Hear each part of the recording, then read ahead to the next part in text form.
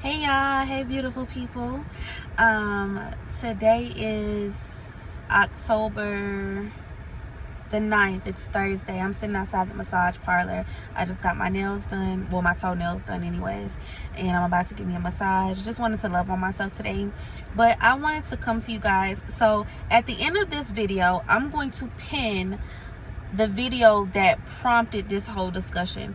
Last week I watched this movie called Sleepers. It was a movie that had me crying all day about the assault and abuse that these four men in this movie went through.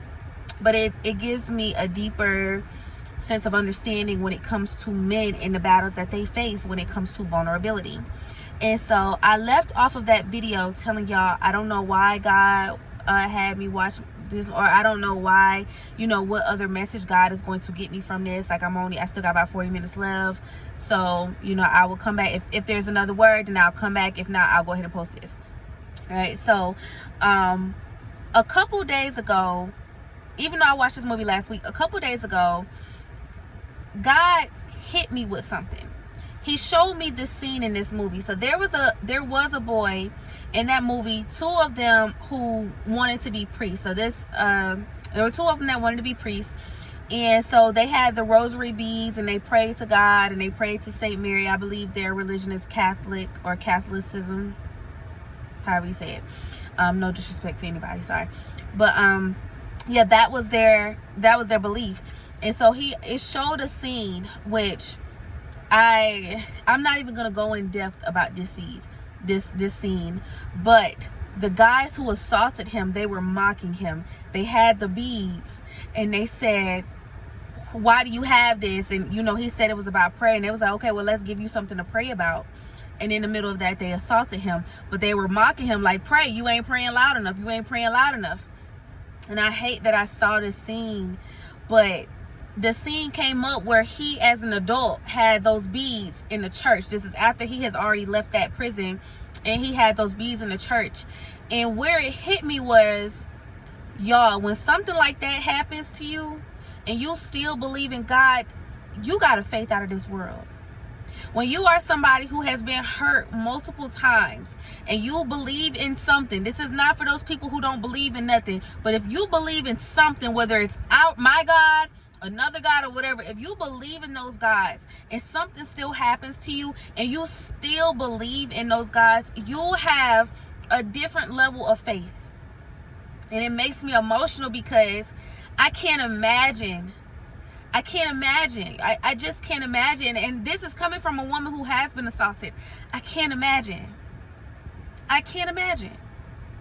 So, in that, it sticks out to me about, men a lot of the time, when something happens to them, they do build a wall up against it, and it's like, I will never let that happen again. I will never let that happen again. And so in the video that I'm going to post after this, I talk about how men struggle with vulnerability when they have been hurt, when they have dealt with something. They struggle with vulnerability. They make these vows in their head. They experienced their first heartbreak at 15 years old, and so they say, from that point forward, I will never let another woman hurt me ever again. And so they're 45 years old, still playing the field, still being emotionally disconnected from their relationships, still struggling with vulnerability, all because of the vow that they made at the age of 15. Some of them never come out of that. They never come out of that. They just, this is how I feel. They don't even remember that they made that vow to themselves. That's how deep it goes. Some of them, 30 years old, they don't even remember that they made that vow to themselves at 15 years old, that they will never let another woman hurt them, and that's why they struggle with vulnerability. So building upon this, my ex and I had a conversation last night, and we was on the phone for 5.5 hours. We had a phone conversation for an hour and 17 minutes, then we got back on the phone for 34 minutes, and then we got back on FaceTime, and we was on FaceTime for 3 hours and 25 minutes. We've never talked this long, and it was such an emotional thing for me. I went from it, we joked about it. He said, you felt all the feelings on the spectrum at least twice in this conversation. And I went from being mad at him to being sad to being hurt to feeling happy, back all the way down, back all the way up. It was a lot for us. And he sat through it all. I would have said, I would have got off the phone with me. But he sat through it all. And what ended up happening is I sent him a text this morning. I actually sent him a voice note. It was like 11 minutes long. And then after I recorded it, I texted him from my iPad and I said, do you want me to, I said, I got an 11-minute voice recording. Do you want me to send it or do you want me to call you? And he was like, you go ahead and send it. So I sent it to him. But in that voice recording, I spoke about everything that I just said. I mentioned the movie to him, and I mentioned how God has used that movie to really try to give me a deeper understanding of men. Like, and I think I've talked about this before, but sometimes, y'all, God will give you a deeper revelation about somebody, not for you to expose them or bring it up to them and throw it up in their face, but he's telling you because you have to treat them according to what he has showed you. You have to treat this person according to the things that God has revealed to you. You don't get to be hard-hearted. You don't get to treat them based off the things that you see or based off the things that you are experiencing directly. You have to treat them based off what God has revealed to you about what's in them deeper. So, like, it was a situation where I remember one time my mom and my younger sister were going at it about something about money. And God revealed something to my mom, revealed something to me about my mom and why she felt like that about money. And I ended up telling her, and she wasn't ready to hear that. So it almost turned into a situation. But God had to tell me then, like, I didn't tell you that for you to tell her. I told you that for you to have a deeper level of understanding of why she acts a certain way when it comes to certain things. I don't need you to try to guide her to the right way to act. I just need you to treat her based off the knowledge that I have given you about her. So if she acts like this about this certain situation, what you are to do is you are to take the wisdom that I have given you and you are to extend patience. You are to extend grace. You are to extend compassion based off what I, as in God, have told you about this person and about this situation. This is not for you to use as a weapon. This is, if anything, it's for you to use as a shield. It's for you to say, this person is acting like this, but the real reason why they're acting like this is because of this. That's what your job is. Your job is not supposed to use that to weaponize God against them and say, wait, God said this about you and you're not supposed to be like that. That's not your job. He just wants you to treat them a certain type of way because now you have a deeper level of understanding on the root cause of why they act like that. So in the message that I sent my ex, first off, I commended him for his patience and his comfortability, the fact that he makes me feel safe. Because y'all, let me tell you, the reason why I talked to y'all before in the video, and God is sending you back to Egypt, heal and go heal or whatever. My ex, years ago, remember I told y'all we just had a sexual relationship. This is the first time we actually have a real friendship, but we just had a sexual relationship. And he had a conversation with somebody that was not nice about me, and it got back to me. And that was what had hurt me. It hurt me, the conversation that he had with this person, and then it hurt me the person that he had the conversation with, because all they did was come back and weaponize it. Well, yeah, that's why so-and-so said XYZ, and that's why so-and-so was like this, and that's why this happened between you and so-and-so. All they did was weaponize it. So he really hurt me with that. And this person was known for being somebody who weaponized things against me, who would see my weaknesses and throw it up in my face. That's what this person already did. Now, I don't think my ex knew this, but that's what this person used to do to me all the time.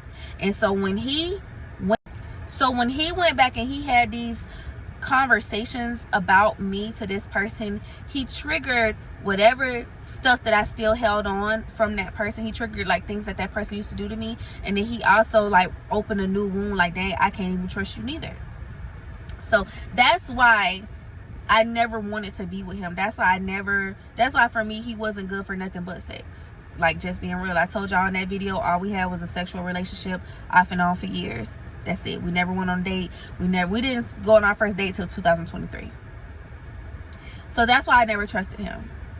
So I said to him, I said, the fact that I feel safe with you now, like, I want you to remember back in 2023, even when we went on our date, he was so nice to me and so kind to me, and I did not trust him. And I actually stopped talking to him for a little while because I said, it's not fair for me to have you jumping through hoops. If you're being a genuine person, it's not fair for me to keep holding on to the past and not moving forward. It's not fair for me to still hold you to the things that you did and act like you're still this person. If you're trying to be this new person and you're trying to move forward, it's not fair for me to keep throwing it up in your face. So let me walk off. I'ma go.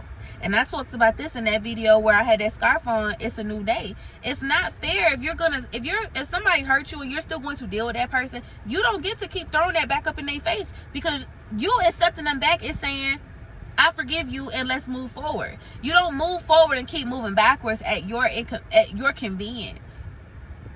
So, I told him the fact that I trust him the way that I do, like, it's just crazy. But what I told him is that when I mentioned the movie that I watched, I said, I understand the struggle that, you know, sometimes you men face and stuff like that, and I get it. And I try to have a little bit more grace when it comes to it. And I also told him, like, I hope you understand that you are an amazing man. Now, I hope you know that you're a good person. I hope you don't allow the things that you did in your past and the mistakes that you made in your past to keep you from moving forward. Like saying, oh, I cheated in my last 3 relationships, so maybe I shouldn't be with nobody because I can't commit. I hope you don't allow your choices or your mistakes or the things that you did in the past and the people that you hurt in the past, I hope you don't have it to keep you from finding love again. I hope you don't allow it to keep stunting your growth and make it and telling you in your head that you have not grown, that you're not ready for certain things. He and I decided we was going to do counseling, and not together, but I'm doing counseling and he's doing counseling, or he's going to start, but he said he's going to wait. And I said, I hope you know that, you know, you don't have to procrastinate when it comes to your healing. Like, you can heal now, but also when it comes to your healing, you don't have to wait till you feel like you're your top tier version of yourself for you to go and be in a relationship and go love and be loved by somebody. Like, some of these things you can work through with the person that you meet, but you don't have to wait till you're this person in order for you to receive love. And I even mentioned a thing like, you know, it's sometimes y'all men make vows to yourself at the age of 15. Hey, this person hurt me, so I would never, you know, allow another woman to hurt me. And so now you're completely disconnected from all your relationships moving forward and you're detached from them. I said, I hope you don't allow no vow like that to keep you stagnant from where you are. I hope you don't allow it to keep you from moving forward in it, because that man is a great man, y'all. The fact that he stayed on the phone with me while I went through I was on the verge of going off on him, but I respect him too much to do that to him. And so the fact that he stayed on the phone with me and he felt all those different emotions, and there were moments where it was quiet. There was moments where it was quiet and he could have been like, all right, well, I'm finna go. He just sat there because he knew I was having an emotional moment, and in that moment, he was present. He was present to receive everything that I felt, y'all. He was present to go through and sort through all these different feelings with me. It's not a lot of men, but guess what? Even in that, he's still like emotionally disconnected. Like, he doesn't even understand the weight of what he does. He thinks, oh, I'm just being nice. No, you are carrying emotional baggage that is not yours. You are helping this person sort it out. You have created an emotional space for this person. Even if we never go nowhere, and I've told y'all this, even if we never go nowhere, he don't even realize the magnitude of what he's doing. And I had to tell him that yesterday. You have no clue what you're doing for me. Like, this junk is healing. The fact that it comes from you, and the fact of everything that you're doing, you have no clue. And then I brought up us, and I'm like, you know, the fact that I would even consider a relationship with you out of all people is crazy. Because you are one of the, I say, you are you're my ex arch nemesis. You're my ex rival. Like, why would I consider you ever in this type of way? But the space that man has created for me, why wouldn't I? Now, it don't mean that I have to be with everybody who's nice to me. I'm not saying that at all. But I'm saying He created a space for me. He don't even realize the magnitude because he's so emotionally disconnected from the vulnerability and the weight that something that he's doing like this holds. He's so disconnected. And so I told him, like, I really sent him a heartfelt message. Like, I hope you understand how good of a man you are and that you are worth the love that you want. Because he does want to be in a relationship. He does want a family. I hope you know that you're worth it, and I hope you know that you don't have to wait to this opportune time. I hope you know that you don't have to wait till things look like this. I hope you know, even with the things that you and I, we may have put restrictions on each other, like we will never date each other. It will only ever just be sex. I hope you're not scared to look past that. Like, if I make you feel good, I hope you're not scared to look past that, which I know that he is. One thing that we joke about a lot is the fact that I'm emotional and he's logic. And I told him yesterday, because I said, I know you be overthinking. And he was like, I overthink? I said, yeah, you do. And I could say that because I overthink. And the reason why I say he overthinks is because, and he actually confirmed it today in a message, but the reason why I say he overthinks is because he could feel something. Say he have a feeling. So I'm going to say this. I'm going to just give an example. Say he likes me. Say he actually really wants to be with me. He thinks that he would just come and tell me. Let me tell you, he don't want to be in a long distance relationship. We would be long distance. He doesn't, he may have some reservations from the past about how he hurt me and stuff like that. That man is going to spend time trying to talk himself out of it before he ever comes forward. Before he ever comes forward, he is going to put time and effort and energy into thinking about all the ways why it would not work. And then he's going to come forward. He's done that. He's supposed to come see me this month. We talked about this back in September. He just now has given me a date about it. One, because he procrastinated. Two, because he was thinking, well, what about XYZ? Well, what about XYZ? Well, what about XYZ? Thinking about all this different stuff that he do not have to think about. He think he don't overthink. Logic is something that he has to have in every conversation. Not saying that it's not necessary, but he do it to a point where I be feeling like he trying to overcompensate. Like, if you think logic is supposed to be the number one primary source of every decision that you make, you're wrong. There are definitely decisions that have to be made using some type of emotion, using some type of heart space. Decisions led by God, because God dwells within your heart. You can't follow God following logic. You cannot do that. You cannot follow logic and think that you are following God, because God works in the heart space. God works on a spiritual level. So there's no way. So there's no way that you're a person who just does things logically and you know that this is what it is. Not if you know who God is, right? So today when I sent him the message, he responded and he said,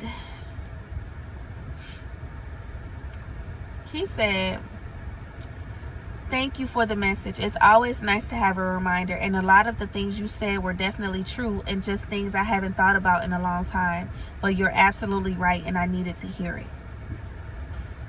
He's so emotionally disconnected from himself, from love, from, you know, he holds space for love, but for him to feel it, like for real, like for him to feel it in a romantic sense, he's so emotionally disconnected from it. He is. And I don't know if God has me in his life to show him that about himself, to show him that he is emotionally disconnected from that space. Maybe because God uses me to love. I'm my most natural self when I'm loving somebody, when I'm giving love to somebody, when I'm supporting somebody in some type of way. I'm my most natural self. So maybe God has me in his life to open that vulnerable space up for him. God gave me some numbers today while I was driving. I saw numbers all this morning. Dang. They're not here. Alright, so what I'm going to have to do is I'm going to go ahead and go in this massage parlor. And then when I come out, I'm going to read them off of my phone. Or I'm going to airdrop them here to my tablet so I can read them here. And I can let y'all know, like, the numbers and the, you know, continuous revelation that God gave me about the season of my life and the season that God has me in somebody else's life. But yeah, I'll just be back, y'all. Hey y'all, so I'm back. I'm actually just now pulling into my garage at home, and I want to go ahead and give y'all the numbers that God gave me today. So the first number I saw was 3877, and in the Strong's Greek Concordance it means to have understanding, to fully know. Then I saw the number 3801, which in the Strong's Greek Concordance it means he who is and who was and who is to come, aka the one being and the one that was and the one coming, i.e. the eternal, as a divine epithet of Christ. 1906 in the Strong's Greek Concordance means a demand or an inquiry, but it can also mean an earnest seeking, to long for something, an intense desire. I saw the number 2222 on a license plate, and in the Strong's Greek Concordance it means life, life-giving. And then in the Hebrew Concordance it means like a drop or a dripping or trickle of rain. And then I saw 797 in the Strong's Greek Concordance, which means to lighten. And so what God was telling me in this is, at face value, the conversation that my ex and I had last night is something that, based off one of the feelings that I felt, because remember I told you I felt an array of emotion last night. Based off one of the feelings that I felt, I would feel rejected. God is encouraging me to seek deeper. God is encouraging me to see this from a different standpoint, to not just look at this straight on and say this is what it is, to look at it in a different way. It says to have a 3877, to have understanding, to fully know. And you can't fully know something unless God reveals it to you. Let's just be real. Like, if you have a good relationship with God, then you will know, even reading the Bible, you may read a scripture this way, it says XYZ, but God gives you a completely different interpretation because he wants you to understand how it applies to your life today. And if you continue to have a relationship with God, then you know that you can read a scripture today, and then next year you can read it and have a whole new interpretation of it. To have understanding, to fully know. And then the one that says he who is and who was and who is to come, though they are talking about Christ in this, God wants me to look at it in a situation of a man. The man knowing who he was, the man knowing who he is now, and the man knowing that there's a different version of himself that he must become to acquire the things that he wants, to be I don't want to say be led by God, because he has to be led by God to get to that. But a man becoming who God wants him to be in order for him to take part in God's kingdom and really receive the things that God has for him. And then it says 1906 in Greek. The definition that God stands out to me, or has to stand out to me, is an earnest seeking, to long for something, an intense desire. And with this, it's kind of like, you know, this is that vulnerability that men run from. And it makes me think about my ex, or even my best friend, or even how men in general, they will run from love as long as they can continue getting sex and some type of emotional support. Like, for instance, my ex, if I wanted to continue a friends with benefits relationship with him, he would be fine with that.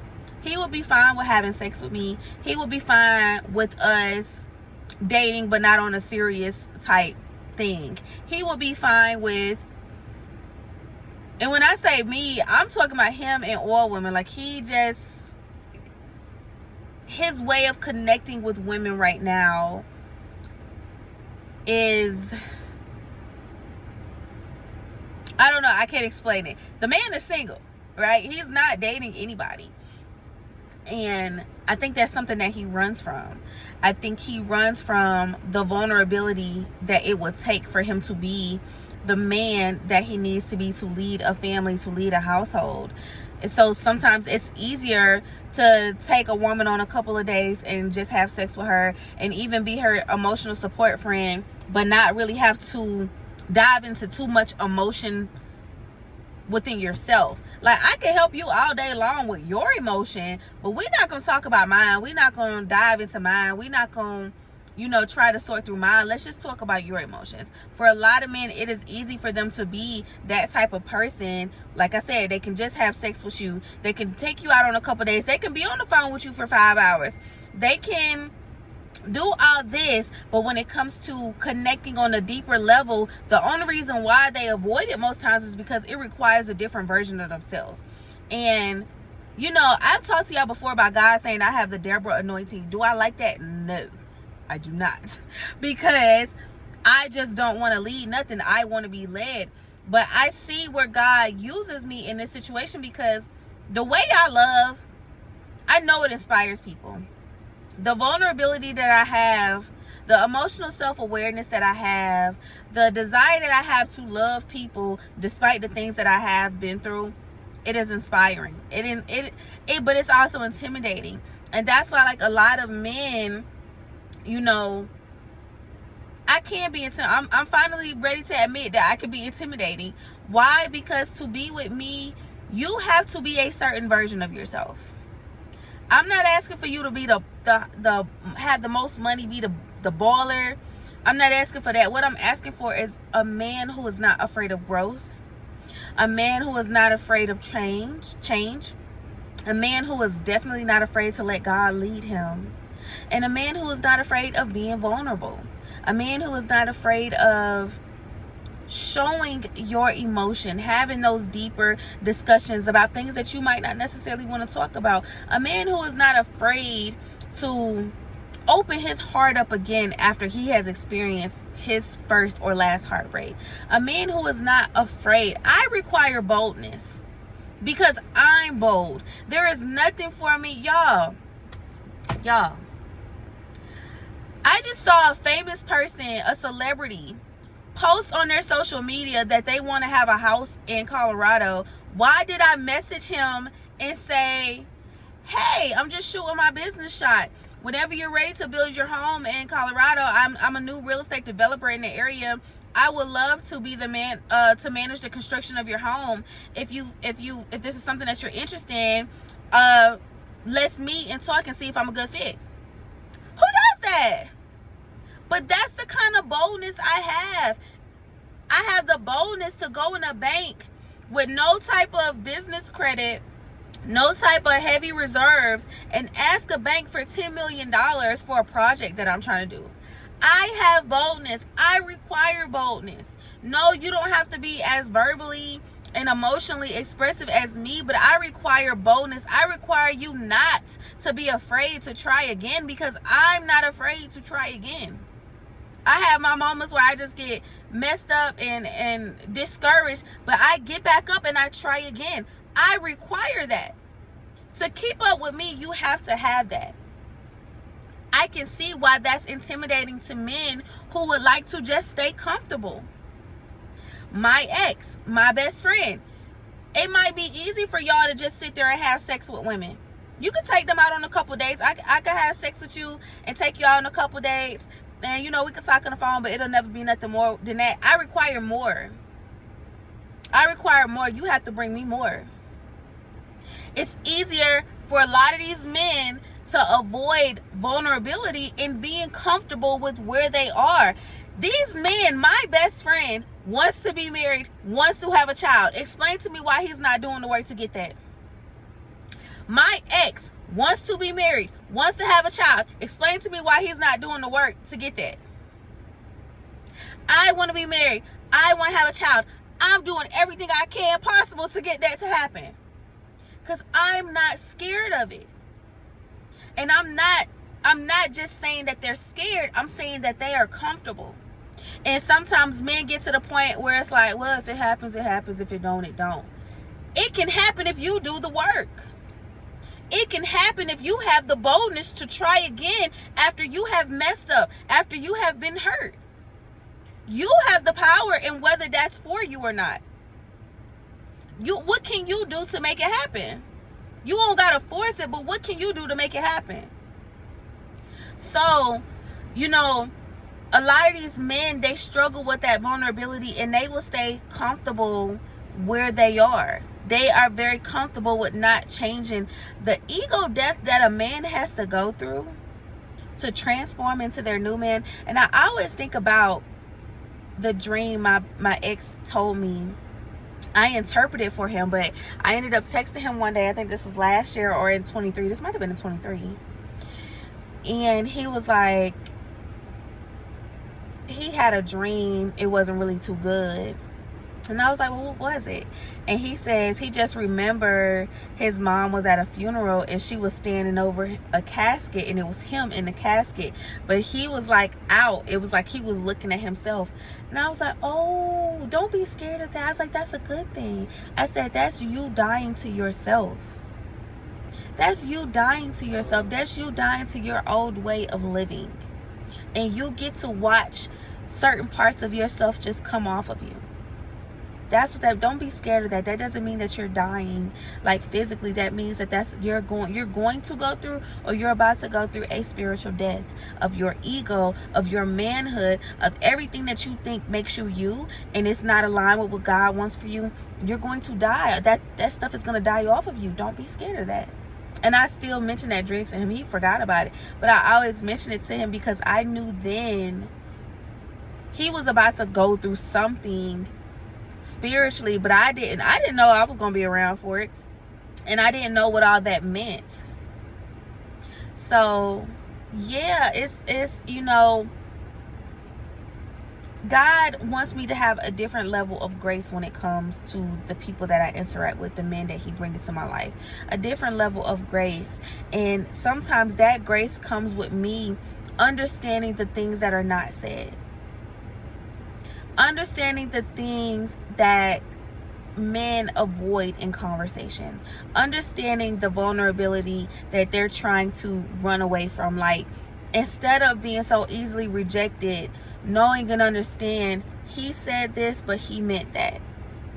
Now, that is not me like, I'm just here to believe everything a man says. I'm gonna tell y'all right now, I don't believe nothing a man say.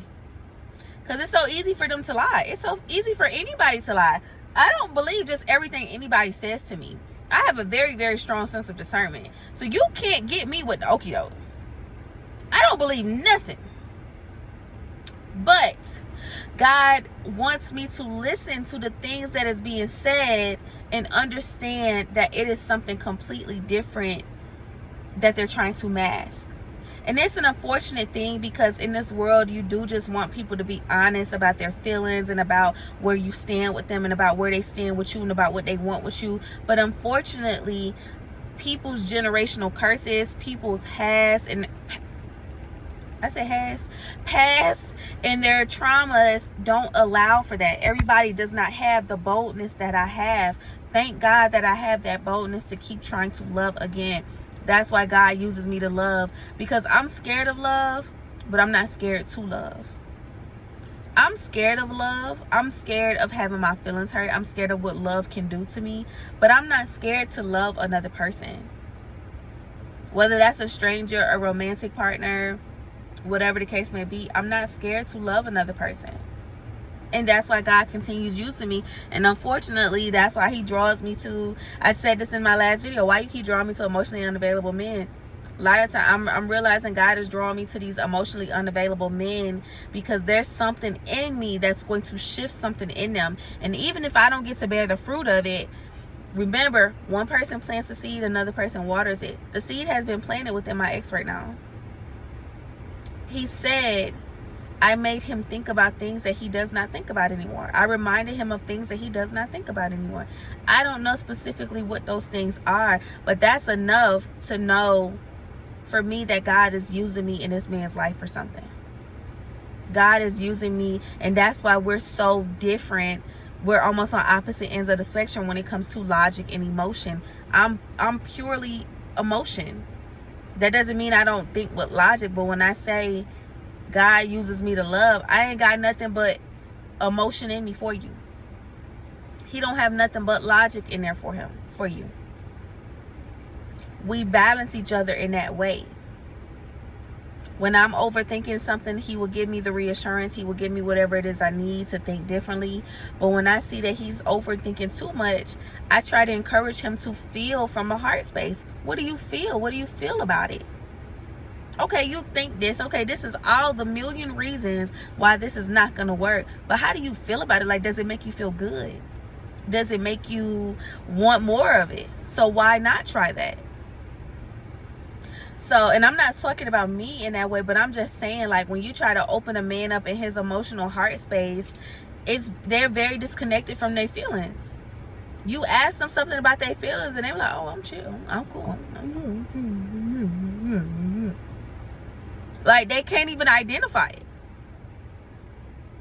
So yes, I want to, you know, encourage the ladies, like, really, God, we are the nurturers, and God be using us to nurture these men.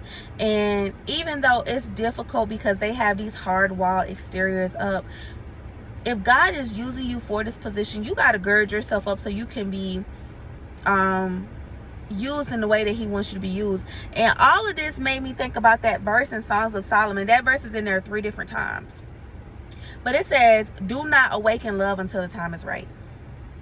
And I asked God like a couple weeks ago, like, what you mean by that? What's the right time? Well, if it's not now, why you make me want it so much? But the timing is not just about you being ready. It's about another person being ready, and it's about the time and where everything is harmonious. So for me, if it's do not awaken love until it's time, I will know when it's time when God shows me somebody who is emotionally ready and available to provide me with what it is that I need, all the way, 100%. I could say my ex is that person because he provides me with my emotional needs and my emotional support, but him not being ready to talk about his own emotions and do the work that he has to do the work he needs to do makes him emotionally unavailable for me, which means this is not something that I should be pursuing, which I'm not. But it just, you know, the conversation that we had, like, it went really well, despite how, you know, the negative feelings that I felt throughout the conversation. It went well because he really does provide an emotional safety net for me. And I felt good being able to tell him something about himself. Oh, and I wanted to say this too. You know, another thing that makes me intimidating with these men is because God reveals things to me, and it doesn't matter what you tell me on surface level. Like, I know you. Let me tell you something. I don't see people the way that people see themselves or the way that other people see them. I do not see y'all the way that y'all show up in the world. I promise you, I don't. I see you through God's eyes, and that's what makes me so... Okay, that was my ex texting me. But see, he just texted me and was like, so I might go dark for a couple days because he got something going on with family. But it's the fact that he even felt the need to do that, y'all. That's not even how he moved. You feel what I'm saying? So it's just, but what I was saying is, I see people, I don't see y'all how y'all show up. I see you the way that God sees you. And that's why he calls for me to love people the way that he wants me to love them, because this is his love flowing out of me into the lives of the people he had me interact with. It's not my love, it's God's love. And God he uses me in that way, and it becomes intimidating because a man can tell me something, or a man can show up like this, and that saying, the eyes pierces through the soul, that's me. I see differently. I don't care what you say to me. I know differently. God will show up things. Let me tell y'all about the gifts that God has given me. God has given me the gift to hear people's thoughts about me. God has given me the gift to hear how people talk about me in their absence. In my absence, God has given me the gift of knowing people's true self, like the things that they don't talk about. God has given me the gift of that. God has given me a gift of praying for people for loving on people, for speaking and encouraging people. God has given me so many gifts regarding people because he trusts me. He trusts me. So, yeah, I know that that part of me is intimidating to men who are not ready to do the work, because I need you to do that work if you associated with me, even if we're not in a romantic sense. Why do you want to be sub-level self? Why do you want to be your sub-zero self when you can grow and you can elevate? Why would you want to continue being like this? I want you to be your best, because only when you are your best can you attract the best. So I'm here to push. I'm here to grow. I'm here to change. So yeah, I know, I'm understanding now why that can be intimidating, but I thank God that he helped me to view this conversation with him last night in a new light, and I'm able to be of support to him and able to still keep him as support for me, because I'm growing as well. Like, I'm sure if he just outwardly rejected me, I'm sure my growth would be stunted somewhat. But because when I feel rejected, he creates a safe space for me to feel that in his hands, in his arms. It helps me understand that there is a different way to look at this. Even if it is a no, even if it's a full-blown, girl, I would never deal with you, which he has never said that. Even if it was that, there's still a comfort in that. Like, I will never be with you, but I will be here for you. You know what I'm saying? He will never say that to me. He will never say it to me. But I'm just saying, like, there's comfort in this. There's comfort in this, and I'm happy to be able to provide that same comfort. And now I'm going to encourage myself to continue looking at this in a different way, because I probably had the same opportunity with my best friend, but I felt rejected all the time. So I was not going for, he's going through his own healing, he's going through his own thing. I wasn't trying to hear that. Why is he rejecting me like this? And you told me this is my husband.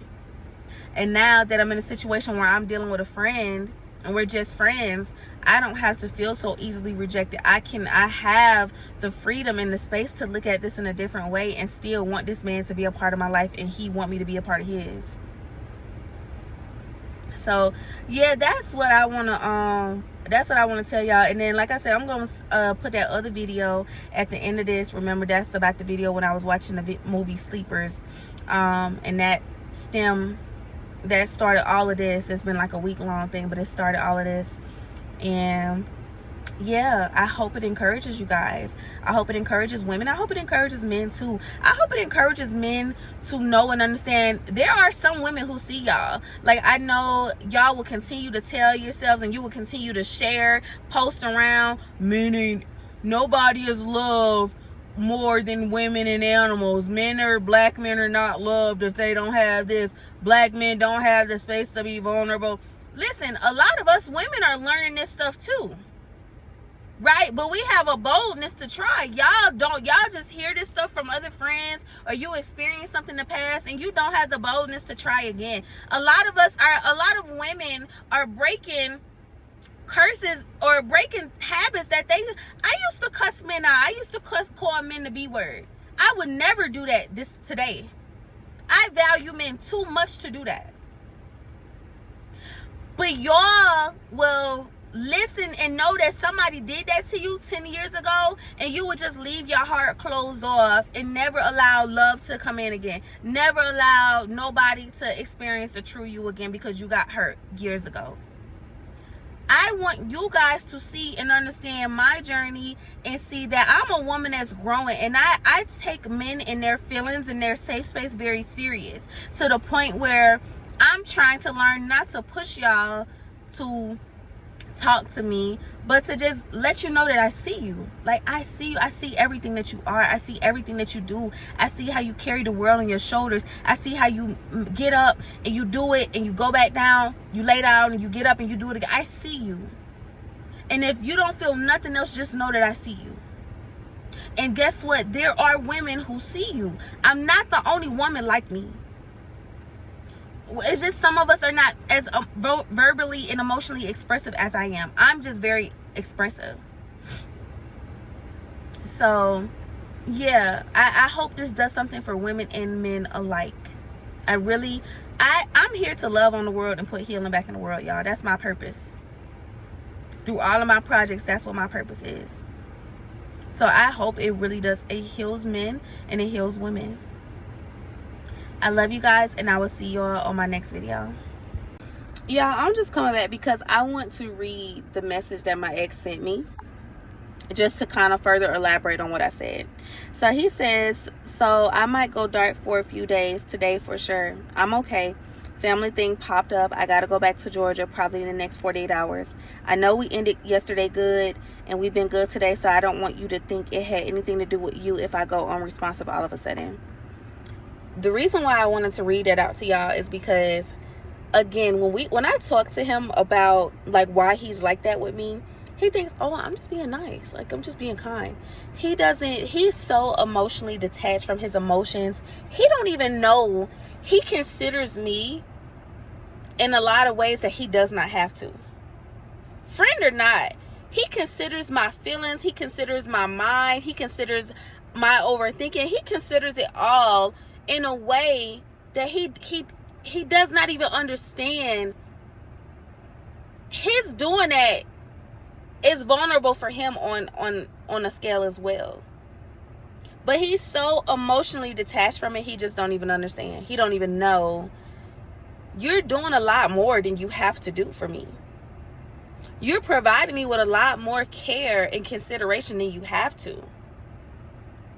This is something that you would expect from your boyfriend or from your husband or somebody that you're dating. You know, when we talk about communication and we talk about, you know, if you're going to be busy, just say you're going to be busy.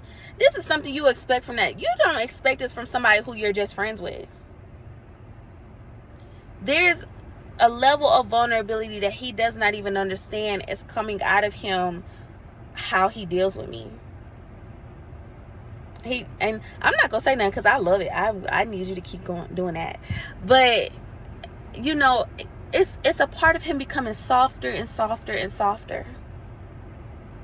I just gotta, you know, give him the space to do that. Not rush him with it. Not challenge it. I wouldn't even say not encourage it. Inspire it. Encouraging something, you kind of pushing somebody to do it. But inspiring, you might just be yourself and a person just wants to do it. A person sees how you move and they just want to be like that. So I would say more so inspire that person, inspire these men to, you know, open themselves up. I'm very proud of him. Very proud of him. I probably won't say that right now. Maybe, I don't know. But I'm very proud of him for that growth. And for the openness that he has to be like that with me. Because he don't have to. So, yeah, I just wanted to come back and read that message because it reveals the consideration and the layers of consideration that he has. But it also, for me, knowing that I have conversations with him, it reveals how deep and how detached from that consideration he is. He thinks he's just being a nice guy. No, sir. You are aware of my feelings with certain things, and you are doing your best to avoid hurting my feelings. He made a pinky promise to me that he wouldn't hurt me no more, and he does his best to try to stand on that. He made a pinky promise. We pinky promised. He pinky promised me he would never hurt me again, and he stands on that. He thinks he's just really being a nice guy. Okay, Mr. Nice Guy. But yeah, y'all, that's the end of this video for real. Hey y'all, so today is September 29th, and I want to come to y'all with a quick word. This is for the ladies regarding men, our kids, just the people that we interact with, but mostly the men. And so I'm probably gonna cry on here. I really don't want to, because I don't want to keep crying about this same thing. But you know one thing, y'all, if you are open to it, if you are open to God teaching you, God will use many different, this look like a grease stain. Y'all, I just put some mousse on my hair and that look like a grease stain, and that's gonna aggravate me. But let me stay focused. If you stay open, God will use anything and everything to get a word to you, to shift your heart in some type of way, to educate you on something. No matter if it's something regarding your business, if it's something regarding relationships, even if it's something regarding you, and the truth that he wants to reveal to you about you. And so that's why you cannot be so religious and be like, you shouldn't be going there, you shouldn't be watching that, you shouldn't be listening to that, because God can speak to you through an R&B song. God can speak to you through a movie that has sex in it.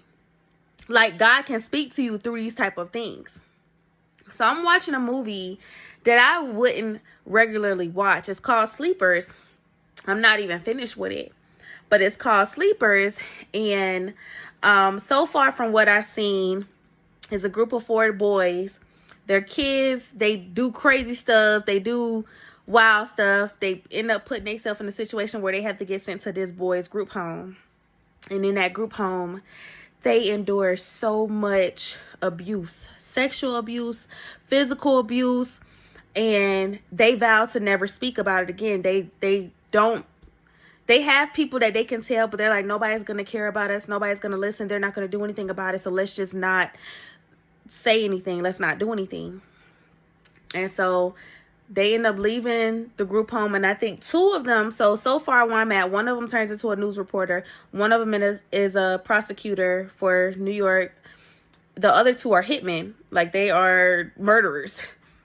And so those 2 end up being out at a restaurant, and they see, and it was 4 different men who was regularly abusing them from this jail, this prison that they were at. And those 2 hitmen, they see him, they knock him out. They take him off. They handle business. I shouldn't say it like that, but I'm built different when it comes to certain things. So I'm gonna just leave that there. And I cried somewhere in the movie. I still got an hour left, but I cried because it just made me think, you know, as women, our thing is to be, we express, we talk, we want to talk things out, we want to express our emotions. Men are not built like that. They're not built like that. Not only that, but these men endure stuff like that. And they vow, I'd never speak about it. I would never tell nobody. And they grow up being men. Some of them, y'all, some of them don't even know how to interact with women no more. Some of them never interact with a woman again. They might not hurt a woman, but they never interact with a woman again. Some of them cannot connect emotionally. And I think about me as a very uber expressive woman. And I'm always like, you know, you could talk to me. You could talk to me. You could talk to me. And it's not to say every man that I've dealt with has experienced. It's not to say any of them have, because I don't know. But what if? Not even what if they have experienced something traumatic like that. But what if they have just been traumatized in any type of way? Or what if they're just their regular upbringing says that they can't talk about certain things. They can't talk about their feelings. They can't talk about how something that you said make them feel, because it's going to make them feel weak. Like, I've even watched videos where, like, men have been victims of domestic violence, but they don't want to tell the police that because they'll look weak for saying that a woman put her hands on them and they didn't fight back. As women, and sometimes we mean well when we say, you could talk to me, you could talk to me about this, you could talk to me about this. But y'all, and I say this as somebody who, in the past, because today that changes, but in the past has been like very adamant about men talk. You can talk to me. Like, I'm not going to throw it in your face. I'm not going to you can talk to me. Y'all, I can't imagine for a man how hard it must be to be expressive about your feelings. And for men who endure this type of abuse, it's hard as a woman. I've endured that type of abuse as a woman. And it's more talked about with women. Men don't talk about it. I can't imagine being like being in a man's body and not being able to express emotions or even tell somebody that somebody is hurting you, or like, I can't imagine it, y'all. And I'm so overprotective of my baby boy because of that. And I cried and I told God, I don't know what you have for me, but please don't ever let that be my experience with my kids, because I need to be here for my kids. But listen, I'm being honest with y'all, right? I'm being transparent. I'm not one of those people who would say, I'm gonna let God deal with you. I'm telling you, I'm not. God knows that. He knows, as much as I love him, God knows I will turn into a vigilante. I will turn into a vigilante. I don't play about kids, period. I'll fight somebody about somebody else's child. I don't play about kids. I don't play about kids because they innocent. So I don't play. But about mine, I said, God, I need to be here. I need to be with my kids. But you know, I will be behind a jail cell for my kids. My son that I have now and any other kids that come in the future. So please don't allow me to experience that so I don't have to be taken away from my kids. And so it puts so much in perspective for me, because the safe space that my son has with me, a lot of men don't have that. My baby tell me everything. And sometimes I have to tell myself to not get so frustrated at the fact that he talks so much, because he tells me everything. And I'm so appreciative that I get to know every part of his life. I get to know what happened in school. I get to know what happened with his friends. I get to know what, I could ask him a yes or no question, and he finna turn into a 5-minute conversation. And I have to learn to be more grateful for that he trusts me, that he feels safe to talk to me in this world. And because a lot of men don't grow up with that. They don't grow up with that safe space. My baby is safe enough to have an opinion with me. Y'all, the other day, taking him to school, I was talking, so at breakfast, they serve banana bread, pumpkin bread, and lemon bread. And he loves the lemon bread. He says it tastes like lemon cake. So we've talked about the pumpkin and banana before, but he said he didn't want to try it. And I was like, you should try it. Lots of people like it. I said about the banana bread, you should try it. Lots of people like the banana bread. He goes, and some people don't like it. And I'm the some people that don't. And I was just like, ooh, you know what? You're right. And in that moment, I felt so grateful. It was so funny. But I felt so grateful that he felt so safe telling me that, because when I was a child, I didn't feel that would be considered talking back. I get on my baby about talking back because he do talk back. But in that moment, he really was just expressing his likes and his dislikes. And I have no choice but to respect it. Guess what? Every man does not have that. Every little boy on this earth does not grow up and have that. Some are struggling to this day for something that somebody told them when they was 4 years old. Some are struggling to this day for something that happened to them when they were 10. Everybody don't have that safe space. And as much as women, we're built to be the nurturers and we just want to love on these men and stuff like that. Y'all, sometimes we have men who it might take them a while to be completely vulnerable and transparent with us. And what we have to do is we have to learn to be, one, appreciative of the amount of vulnerability that they do have with us. Two, don't push it. Let them go at their own pace, y'all. Because I'm telling y'all, this movie hurt my heart. Because even though it's not a true story, it happens. Happens a lot more than I really don't watch stuff like this. I hate watching anything about anybody being sexually abused or assaulted in any type of way. But when it comes to men, it do something to me differently. Because looking at a man, you will never know that they went through that, because they would never tell nobody. Some of them grow up to be abusers. Some of them grow up to just never learn how to express love or never learn how to receive love. They grow up not trusting people. They grow up broken. And then they come in contact with a woman, even like me, who loves hard. If she wants the love that she gives, she wants it back, but they're not capable of giving it back. But she don't understand that they're not capable of giving it back. So she pressures, she curses them out. She has no love. She has no patience. She has no grace. She just don't get it. I'm talking about me from experience. I used to be just like that. And all she do is push that man further away from that very love and emotional connection that she wanted him to have, that he might want to have. But he don't know how to have that, because the only other moment in time in his life where he has been vulnerable, the only other time he has been vulnerable is when he was abused. And he probably couldn't fight back, so he had no choice but to be vulnerable. Do y'all know what it means to be vulnerable? It means to willingly put yourself at risk of being hurt. Vulnerable means willingly saying, that's danger right there. I'm going to go over there anyways.